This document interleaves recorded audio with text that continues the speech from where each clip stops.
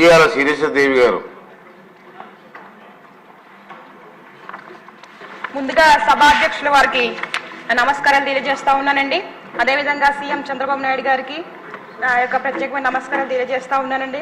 ఒక సామాన్య అంగన్వాడీ కార్యకర్తకు ఈరోజు చట్టసభలో అవకాశం ఇచ్చి ఇక్కడ వరకు తీసుకొచ్చినటువంటి చంద్రబాబు నాయుడు గారికి నిజంగా పాదవందనాలు తెలియజేసుకుంటున్నా ఉన్నానండి.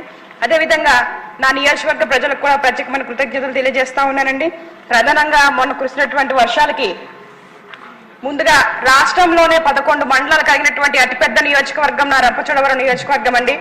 ఇందులో ప్రధానంగా 4 మండలాలు ఈ ముంపుకి ఎఫెక్ట్ అవుతా ఉన్నాయి. అవి చింతూరు, కూనవరం, విఆర్పురం, మెట్టపాక మండలండి. దేవిపట్నం మండలంలో కొన్ని విలేజెస్ కూడా ఈ ముంపుకు గురవుతా ఉన్నాయండి.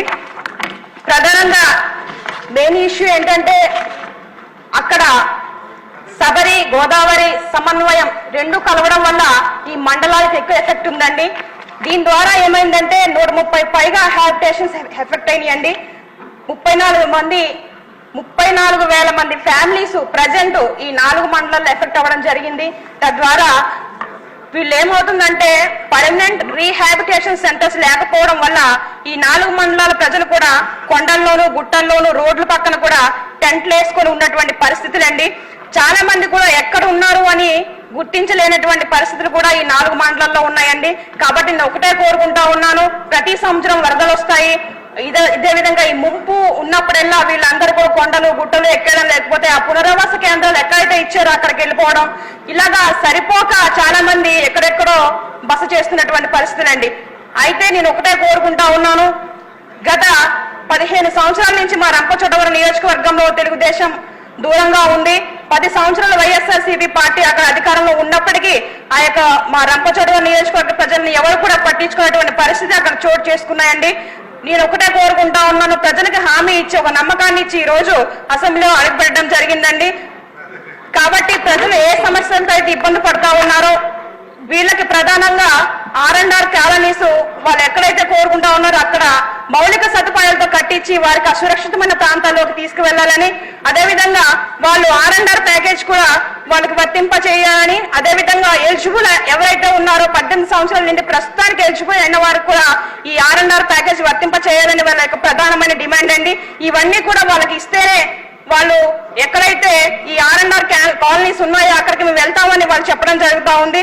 కాబట్టి నేను తమరి ద్వారా అధిష్టానానికి ఒకటే కోరుకుంటా ఉన్నాను, కేంద్రం ద్వారా మాట్లాడి ఎవరైతే అర్హులు ఉన్నారో వారందరికీ ఈ ప్యాకేజీలన్నీ ఇప్పించినట్లయితే వాళ్ళు సురక్షితమైన ప్రాంతానికి వాళ్ళు వెళ్ళి వాళ్ళు మంచిగా ఉండడానికి కూడా అవకాశం ఉంటుందండి. దయచేసి అధ్యక్షులు వారు, అదేవిధంగా అధిష్టానం వారు కూడా నా పోలవరం ప్రజలు ఎలా ఫీల్ అవుతా ఉన్నారంటే ఈ 4 మండలాల ప్రజలు ఈ పోలవరం మాకు వరమా శాపమా అనే విధంగా ఫీల్ అవుతా ఉన్నారు. కాబట్టి ఈ ప్రతి సంవత్సరం ఉన్నటువంటి నరకం నుంచి నా ప్రజలను బయటపడించాలని, వాళ్ళకి ఏవైతే రావాల్సినాయో అవన్నీ కూడా ఇప్పించాలని మనస్ఫూర్తిగా కోరుకుంటా ఉన్నాను అధ్యక్ష. అంతేకాదు ప్రధానంగా ఈ వర్షాలు పడతా ఉంటే రోడ్డు పక్కన కొండల్లో ఉన్న వాళ్ళకి కనీసం మస్కిటో నెట్స్ కూడా అందించలేనటువంటి పరిస్థితి ఈ రోజు ఐటీడీలో మేము కనుక్కోవడం జరిగిందండి. ఎప్పుడో 2018లో మన ప్రభుత్వం ఉన్నప్పుడు ఆ దోమతెరలు ఇవ్వడం జరిగింది. అప్పటి నుంచి వాళ్ళకి ఇవి లేవు. ఇప్పుడు ఈ దోమలు కాటివేయడం వల్ల ఏజెన్సీ ప్రాంతంలో డెంగ్యూ, మలేరియా, టైఫాయిడ్ జ్వరాలు ఇలా రకరకాలైనటువంటి విష జ్వరాలు బారిన పడతా ఉన్నారు నా ప్రజలు. కాబట్టి ఒకటి కోరుకుంటా ఉన్నాను, వారికి మస్కిటో నెట్స్ కూడా త్వరగా అందించాలని కోరుకుంటా ఉన్నాను.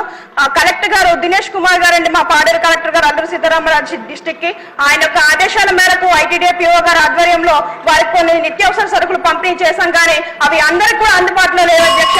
మరొకసారి తెలియజేసేది ఏంటంటే దయచేసి జీవోను కూడా ఆర్డర్ పాస్ చేసి ఏవైతే నిత్యావసర సరుకులు ఉన్నాయో అవన్నీ కూడా నా యొక్క ప్రజలకు అందించి న్యాయం చేయాలని మనస్ఫూర్తిగా కోరుకుంటా ఉన్నానండి. ఇంకా ఇలా చెప్పుకుంటూ పోతే ఏజెన్సీ ప్రాంతంలో చాలా సమస్యలు అయితే గుట్టలుగా ఉన్నాయి అధ్యక్ష. మరొకసారి మీరు అవకాశం ఇస్తే అవన్నీ కూడా మీ యొక్క దృష్టిలో పెడతాను అధ్యక్ష. మాకు రోడ్లు లేవు, స్కూల్ బిల్డింగ్ లేవు, అంగన్వాడీలు లేవు, హాస్పిటల్లో మౌలిక సదుపాయాలు లేవు, డాక్టర్స్ లేరు, ఇలా చాలా రకాల సమస్యలతో మా 11 మండలాల ప్రజలు అనేవాళ్ళు ఇబ్బంది పడతా ఉన్నారు. కాబట్టి అధ్యక్ష అధ్యక్ష ఇప్పటికి 4 రోజులు బట్టి నేను పేరు ఇవ్వడం జరిగింది, కానీ నాకు ఈ రోజు చివరిగా లాస్ట్ సమయంలో అవకాశం వచ్చింది కాబట్టి ఈ చిన్న సమయాన్ని సద్వినియోగం చేసుకోవాలని మనస్ఫూర్తి కోరుకుంటా ఉన్నాను అధ్యక్ష. అంతేకాదు ప్రధానంగా జీవో నెంబర్ 3 ప్రధానమైన సమస్యగా మా ఏజెన్సీ ప్రాంతంలో ఉంది అధ్యక్ష. ఎందుకంటే మన మెగా డిఎస్సీలో ఈ జీవో నెంబర్ 3ని కూడా మినహాయిస్తారో లేదా అన్న దానిపైన కూడా మాకు క్లారిటీ ఇవ్వాలని మరొకసారి అధ్యక్షులు వారికి తెలియజేస్తా ఉన్నాను అధ్యక్ష. అంతేకాదు కాంట్రాక్ట్ బేసిక్ ఉద్యోగులు కూడా ఉన్నారు, వాళ్ళని కూడా ఈ డిఎస్సీలో మీరు మినహాయిస్తారా ఇవ్వరా అన్న దానిపైన కూడా మీరు క్లారిటీ ఇవ్వాలని అధ్యక్షులు వారిని మరొకసారి నేను కోరుకుంటా. ఈ యొక్క అవకాశం ఇచ్చినటువంటి అధ్యక్షుల వారికి కృతజ్ఞతలు తెలియజేస్తున్నాను.